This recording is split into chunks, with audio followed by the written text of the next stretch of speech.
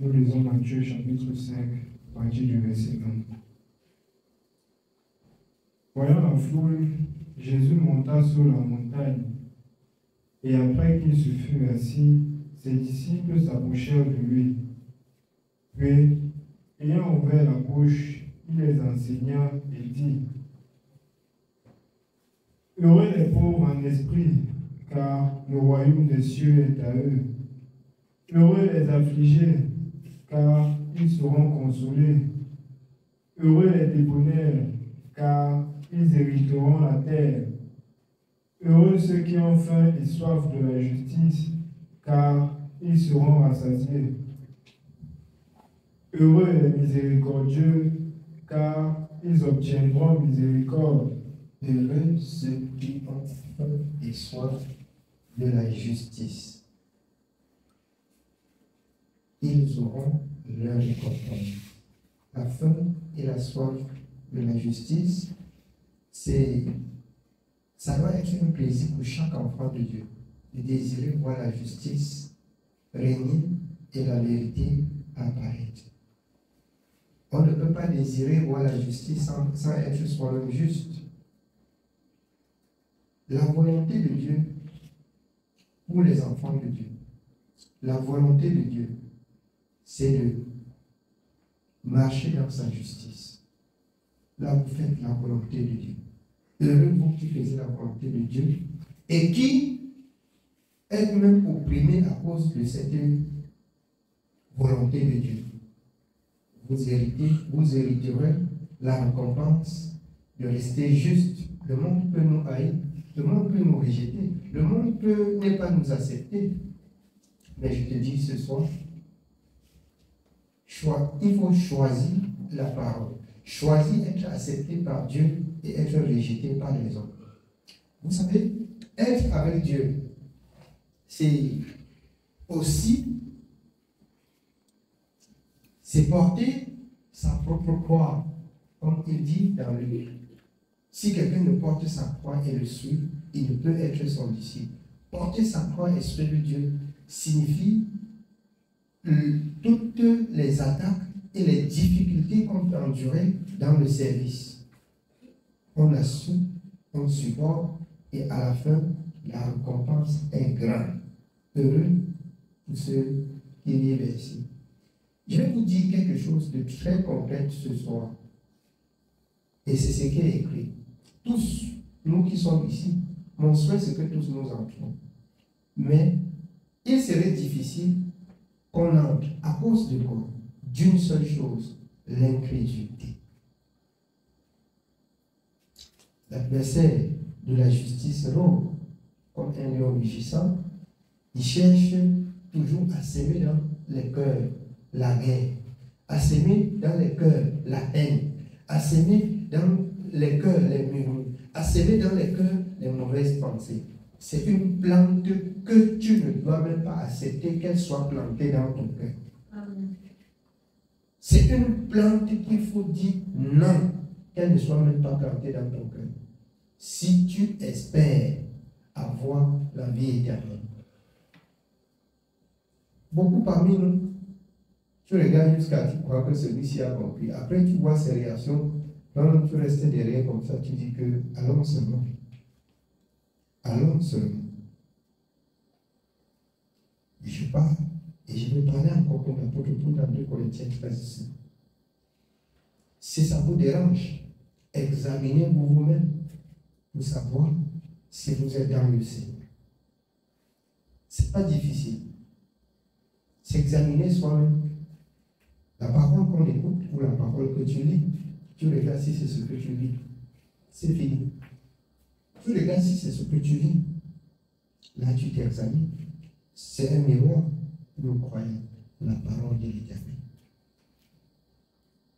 La parole de l'Éternel. Amen. Oui, bien. Nous continuons au verset 8. Heureux ceux qui ont le cœur pur, car ils verront Dieu. Heureux ceux qui procurent la paix, car ils seront appelés fils de Dieu. Heureux ceux qui ont le cœur pur. Donc, je rappelais tout à l'heure que tu ne dois pas accepter que la mauvaise plante là descende dans ton cœur. Ton cœur reste pur. Heureux ceux qui ont le cœur pur, ils verront Dieu. Uniquement ceux qui ont le cœur pur, ils hériteront le royaume. Oui. Nous continuons verset 10. Heureux ceux qui sont persécutés pour la justice, car le royaume des cieux est à eux. Heureux serez-vous lorsqu'on vous outragera, qu'on vous persécutera, et qu'on dira faussement de vous toutes sortes de mal à cause de moi. Écoutez bien, il faut que ce qu'on dit de toi soit faux. Mais il ne faut pas qu'on parle de toi dans l'injustice alors que ce soit vrai. Il faut que ce soit faux. Pourquoi? Parce que tu pratiques la justice. Heureux si tu marches selon la parole de Dieu, peu importe ce qu'on dit de toi. Vous pouvez bien comprendre par cette parole pourquoi je disais, si quelqu'un veut, et même, si quelqu'un veut, il me déteste, et après il m'aime encore, je reçois tout. Je reçois tout le monde. Si vous regardez seulement ceux qui m'aiment, ou cherchez ceux qui ne m'aiment pas, ça va me distraire. Si tu veux, tu m'aimes. Si tu veux, tu ne m'aimes pas. Tu fais le choix. Tu m'aimes, je suis là. Tu ne m'aimes pas, je suis là. Tu m'aimes, je fais la volonté de Dieu. Tu ne m'aimes pas, je continue dans la volonté de Dieu. Ça doit être la vie de tous les croyants. Fais la volonté de Dieu.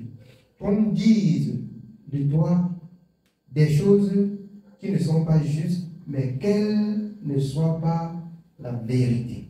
Là, Dieu te défend. Dieu défend la justice devant les insensés. Amen. Oui, on continue. Nous continuons verset 12. Réjouissez-vous et soyez dans l'allégresse, parce que votre récompense sera grande dans les cieux, car c'est ainsi qu'on a persécuté les prophètes qui ont été avant vous. Vous êtes le sel de la terre, mais si le sel perd sa saveur, avec quoi le rendra-t-on? Il ne sert plus qu'à être jeté dehors et foulé aux pieds par les hommes. Vous êtes la lumière du monde. Une ville située sur une montagne ne peut être cachée, et on n'allume pas une lampe pour la mettre sous le boisseau. Bien-aimé, on ne peut pas devenir un enfant de Dieu, on se cache. Mais quand on devient enfant de Dieu, on voit les œuvres de la parole, de la vie véritable en toi. Tu ne peux pas dire seulement aux gens que tu es enfant de Dieu. Et tu ne peux pas cacher que tu es enfant de Dieu. Parce que tes œuvres, juste ton comportement, tes paroles, même ton habillement, doivent faire la différence de ceux du monde. Amen. Pour vous qui regardez toujours, on va dire que quoi? Mais il faut qu'on dise que vous êtes devenus, comme on nous appelle les témoins, comme vous êtes devenus les témoins. Là, on parle de vous. Mais il ne faut pas qu'on trouve un sujet de mal en vous. Vous qui prétendez être comme le Seigneur a dit, vous seriez mes témoins dans toutes les extrémités. On appelle les autres témoins, je veux qu'ils sont pas témoins. Je suis témoin. Je ne suis pas témoin du monde, témoin de Jésus-Christ. Vous seriez mes témoins dans toutes les extrémités. Témoin veut dire témoigner ce que Dieu a fait, ce que Dieu a accompli avec Jésus à la croix, témoigner que c'est la vérité. Témoigner que c'est la vérité. D'autres dans le monde ont dévancé, même vous dit que témoin, et d'autres falsifient même les Écritures, et ils s'appellent témoins, jusqu'à ce que c'est devenu leur nom. Le témoin véritable, c'est celui qui témoigne avec certitude, selon la parole, que ce que Dieu dit, ce que Dieu a accompli avec Jésus-Christ, c'est la vérité. Amen. Oui, bien. Je continue au verset 15. Et on n'allume pas une lampe pour la mettre sous le boisseau, mais on la met sous le chandelier et elle éclaire tous ceux qui sont dans la maison. Que votre lumière luise ainsi devant les hommes, afin qu'ils voient vos bonnes œuvres et qu'ils glorifient votre Père qui est dans les cieux. Ne croyez pas que je sois venu pour abolir la loi ou les prophètes. Je suis venu non pour abolir, mais pour accomplir. Car, je vous le dis en vérité, tant que le ciel et la terre ne passeront point, il ne disparaîtra pas de la loi un seul iota ou un seul trait de lettre, jusqu'à ce que tout soit arrivé. Celui donc qui supprimera l'un de ces plus petits commandements et qui enseignera aux hommes à faire de même sera appelé le plus petit dans le royaume des cieux. Rien ne doit être retranché. Comme une bien-aimée m'appelait ce jour pour me poser la question entre la loi et la foi. Alors, Dieu a parlé premièrement, comme j'ai répondu, et comme nous voyons, comme nous lisons dans Galates, pourquoi la loi, pourquoi la foi? La loi pour maintenir le peuple jusqu'à ce que la foi arrive. Et une fois que la foi arrive, nous ne sommes plus sur la loi. La loi des ordonnances, bien entendu, mais il y a la parole de Dieu dans la parole de la loi. La parole de Dieu dans la parole de la loi, pourquoi?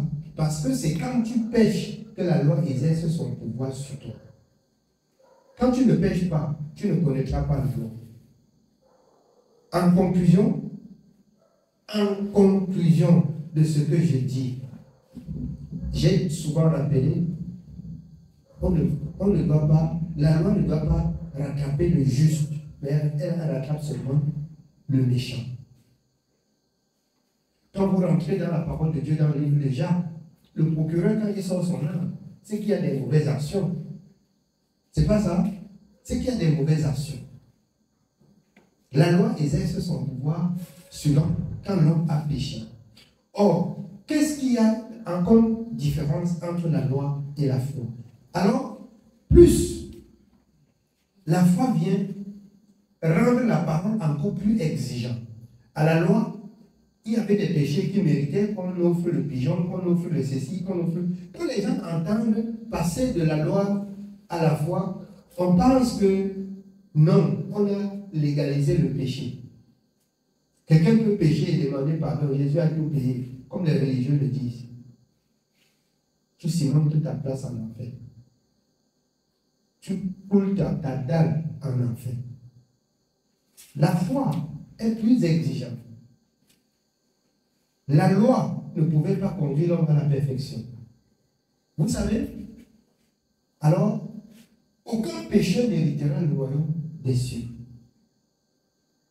Mais une fois que Dieu trouve un moyen d'envoyer son Fils, il y a des péchés qui méritaient des bœufs, des milliers de taureaux. Tout le monde n'a pas l'argent. Souvenez-vous dans Ésaïe 55. Venez, vous qui n'avez pas d'argent, vous qui avez de l'argent, venez tout le monde.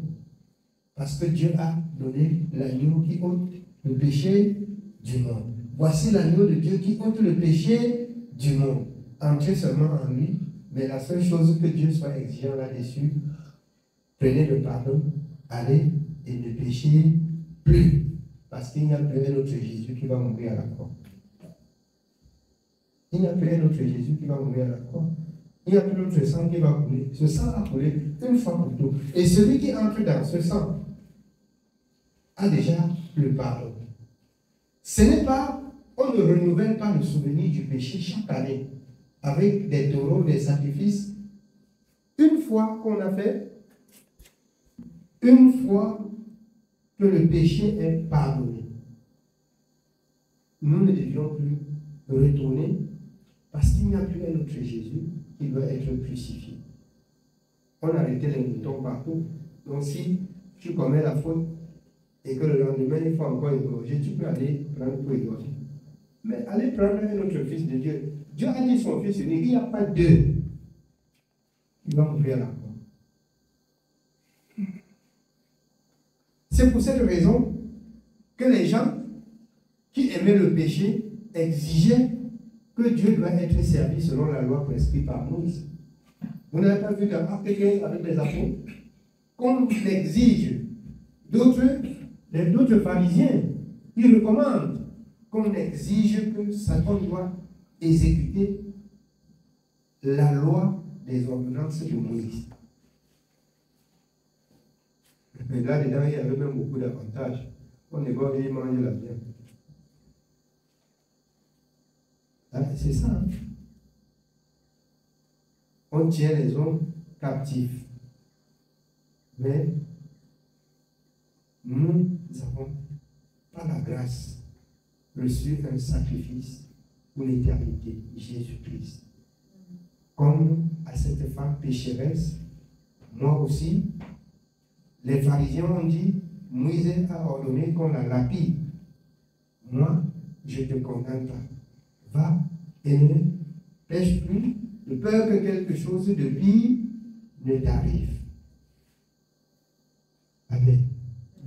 Que Dieu nous donne d'avoir assez de connaissances pour ne pas nous laisser enrôler ou entraîner par des doctrines diverses et étrangères qui sont dehors. Les uns, beaucoup disent qu'ils connaissent, ils sont ceci, ils sont cela. Je vous dis, le secret de la foi, lorsque vous avez rencontré Jésus, ne péchez plus. C'est fini. Peu importe ce qu'on va vous raconter. Si vous résistez au péché, en faisant, même si vous êtes lent, en faisant la volonté de Dieu, en résistant au péché, Dieu va vous conduire, va vous enseigner. C'est la vérité. C'est la vérité. Ce qui crée un désastre entre les croyants et Dieu, c'est le péché. Quand vous lisez Ésaïe 59, amen. C'est ce qui forme la barrière entre l'homme et Dieu, le péché. C'est le péché qui reste la gangrène, qui nuit et qui détruit les croyants. Si vous aimez Dieu, ne péchez pas. Dieu va vous enseigner. Amen. Que le Seigneur nous bénisse. C'est le message de ce soir. Amen.